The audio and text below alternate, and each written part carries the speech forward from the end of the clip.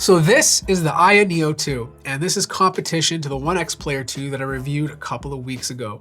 Now I'm gonna be making a lot of comparisons between the two because I feel like if you're looking at this, you're probably looking at the other one and can't make up your mind. Hopefully this video helps you out. From a design standpoint, the Ayaneo 2 is obviously smaller. Like this is using a 7-inch display compared to a 8.4-inch display on the Onexplayer 2. Now granted, the idea behind this is to have the bigger display so that you can take off the controllers and use it as a Nintendo Switch, for example, whereas this is a complete gaming handheld device with no removable controllers. Now, if you travel a lot, personally, I would rather have the Ayaneo 2. It's just a lot easier to carry and it's smaller in your bag. On top of that, I do find the build quality to be better. Like the Ayaneo 2 has no screws. It just feels very solid in the hand.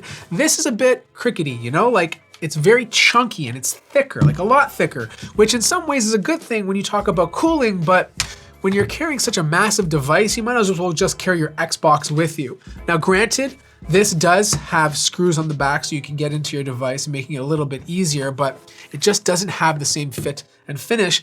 Now, there's a lot of things to like about this device. For one, it has tons of ports. You have 2 Type-C ports at the top. You have your volume rocker. This power button over here also acts as a fingerprint scanner. You have 2 extra trigger buttons that the Onexplayer 2 doesn't have. The way these things feel in the hand is very good. It's like soft, but also clicky, right? Whereas the Onexplayer, it's more of like a clicky feeling. I don't know, these trigger buttons, they feel good, but they feel cheaper than the trigger buttons on the Ayaneo 2.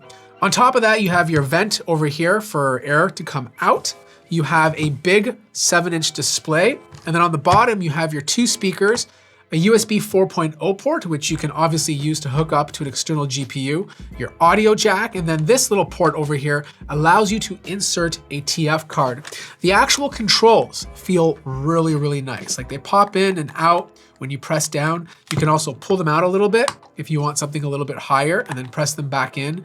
The actual buttons feel really, really good to press on. But the one thing that I like about this product over the Onexplayer 2 is the software. Now, obviously both devices are using Windows 11, but the Ayaneo has their own software installed on it, and it does make a difference when you're using the actual device. Like for example, if I wanna move around with the Onexplayer 2, the only way to do it is by hooking up a mouse, keyboard, or touching or tapping on the screen. With the Ayaneo, they have the ASpace installed. And by pressing this button, you get a quick tool menu and allows you to quickly change certain settings. I can increase the wattage, I can change the resolution, the volume, the brightness, the list goes on. But it also enables the controllers, and it allows me to move the mouse around the screen using the controllers instead of tapping on it. If you long press it, you'll get the full menu, and this will give you quick access to some of your favorite games. Now, if you do buy this, I suggest creating a new profile that'll allow this system to go up to 33 watts because it'll give it a bit more performance in some of the games you're playing. Because right out of the box, the highest you can use is 22 watts, but if you change one of the profiles, you can push it up to 33. Now, the display quality on both of these devices are pretty good for gaming. The Onexplayer 2 has the bigger display, but that's where the advantages end.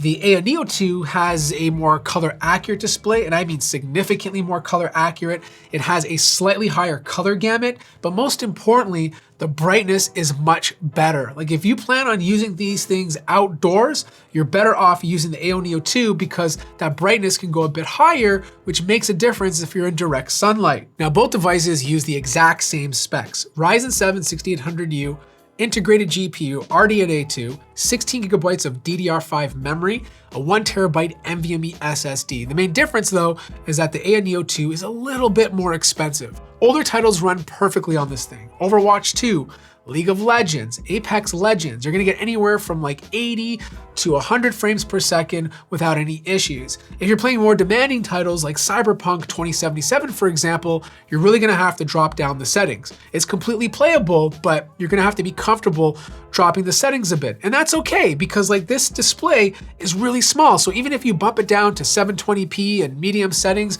it's still gonna look really, really good on a small device like this. One of the benefits of the Ayaneo 2 is the ability to quickly change the power profiles. For the most part, 22 watts is where you want to be. I didn't see that much of a performance uptake by customizing a profile and using the max of 33. Sometimes it was like 1 frame per second. Other times it was literally identical. So if you want like the best performance and want to save a little bit more battery life, personally, I would just leave it on 22 watts. Heat management is better on the Onexplayer. Like I never found the back to get warm at all, whereas on the Ayaneo 2 it did. It wasn't hot or anything, but because this is a smaller device, I did find the back to warm up a little bit. In terms of actual fan noise, again, the Ayaneo 2 is going to be louder. If you leave this thing on wild for fan noise, it's gonna go above 50 decibels, and that's like gaming laptop territory. However, if you drop it down to 22 watts or below, you can significantly reduce the fan noise and have a quieter experience. Now, battery life is interesting because it really comes down to the profile you're using. I don't think 33 watts is the profile for most people. The battery trade-off is just not worth it. Considering how little extra performance you get when using it, my suggestion is to use it on 22 watts or lower because it still performs very, very well. If you decide to go 33 watts, you're probably gonna get an hour or less of use. If you go 22 watts or 15 watts, you're gonna get anywhere from an hour and a half to 2 hours before needing to charge. It's not as good as the Onexplayer 2 because the Onexplayer 2 does have a bigger 62 watt hour battery, but the 52 watt hour battery inside of here is still very, very capable. Now, this does have vibrations, and that's one thing I really want to talk about. I found them to be super cheesy, like really cheesy. I'd be playing a game and the thing would vibrate and it just felt off. Like it didn't feel part of the experience. It's not like when you pick up a PS5 DualSense controller, it vibrates and it feels like natural to the game you're playing. With this, it just seemed off.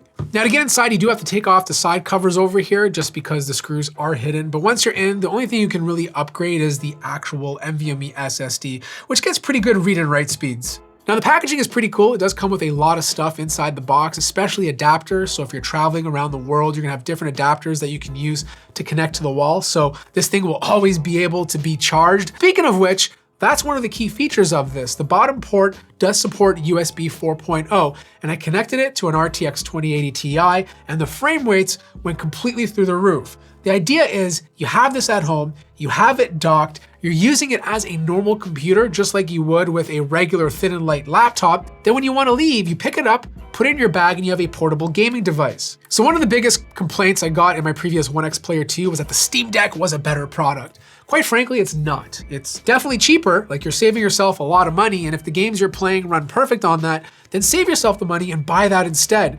This is almost double the price, and with that, you're getting more of a diverse experience. If I had to choose between the Onexplayer 2 and the Ayaneo 2, I'd obviously go for the Ayaneo 2. This product is just a lot more refined. It feels more polished. It just feels like a better device to hold in the hand.